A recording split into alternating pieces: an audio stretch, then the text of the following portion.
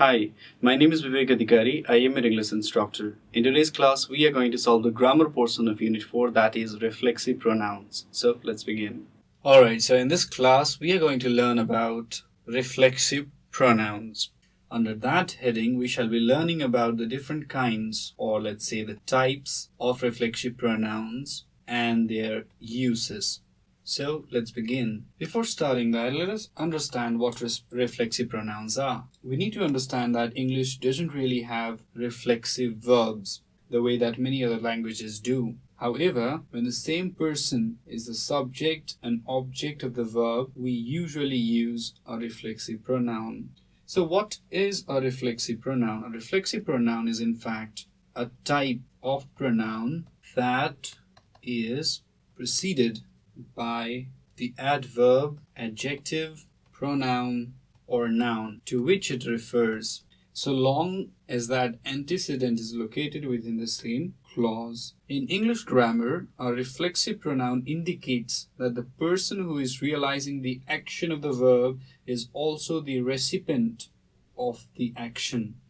While this might seem strange at first glance, the following examples of the reflexive pronouns and the list of reflexive pronouns which I shall be giving you will make you have a thorough understanding of this grammar. Another thing is, when do we really use reflexive pronouns? We use reflexive pronouns when the same person is the subject and object of the verb. So when the same person is the subject and object of the verb, we use reflexive pronouns. Moving on, let's understand reflexive pronouns by taking help of various examples. For example, I can write a sentence like this: I cut myself shaving this morning. So this is just an example. The word myself here is a reflexive pronoun. The subject I is also the object of the sentence. That's why we use reflexive pronoun. Here I is the subject as well as the object of the sentence. That's why the reflexive pronoun myself is used. I can write many more examples like she taught herself English using a book. Again, the subject of the sentence and the object of the sentence are the same. That's why reflexive pronoun herself. I'm going to write reflexive pronoun. That's why the reflexive pronoun is used. Why is the reflexive pronoun used? Because the subject and object of the sentence are the same. You can write something like this: tell me about yourself. There is a hidden subject which is you. So that is both the subject and object of the sentence, and we use the reflexive pronoun. I'm going to write RP as a short form. So we use the reflexive pronoun to indicate that the subject and object of the sentence are the same.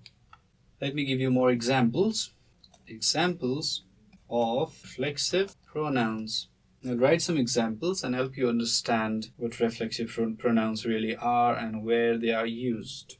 So let us understand reflexive pronouns by taking help of various examples. I'm going to give you around 8 examples, and from there I'm going to help you understand what reflexive pronouns are and how are they used. So let's begin. The first example that's given here is I was in a hurry, so I washed the car myself. Again, the subject of the sentence is I, that's subject, and also the object of the sentence. That's why the reflexive pronoun myself is used. That means something is done all by yourself. I was in a hurry, so I washed the car myself. Moving on, there's another example. You're going to have to drive yourself to school today. This is the reflexive pronoun. So let me give you some more examples. He wanted to impress her, so he baked a cake himself. He did it all by himself. He is the subject as well as object of the sentence.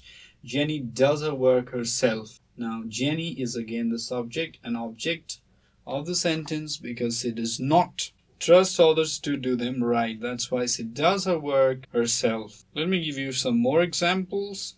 That car is in a class all by itself. Now the subject is the car as well as the object of the sentence. That's why the reflexive pronoun itself is used. We don't have to go out. We can fix dinner ourselves. So we is the subject as well as the object. Moving on. You are too young to go out by yourself. Again, yourself is the reflexive pronoun, while you is the subject as well as the object of the sentence.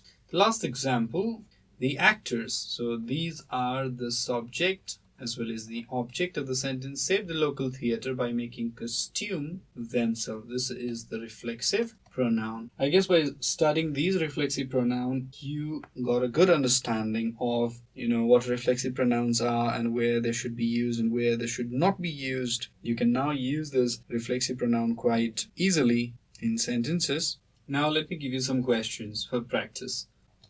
Each morning, I brush my teeth and stare at blank space in the mirror. Second question.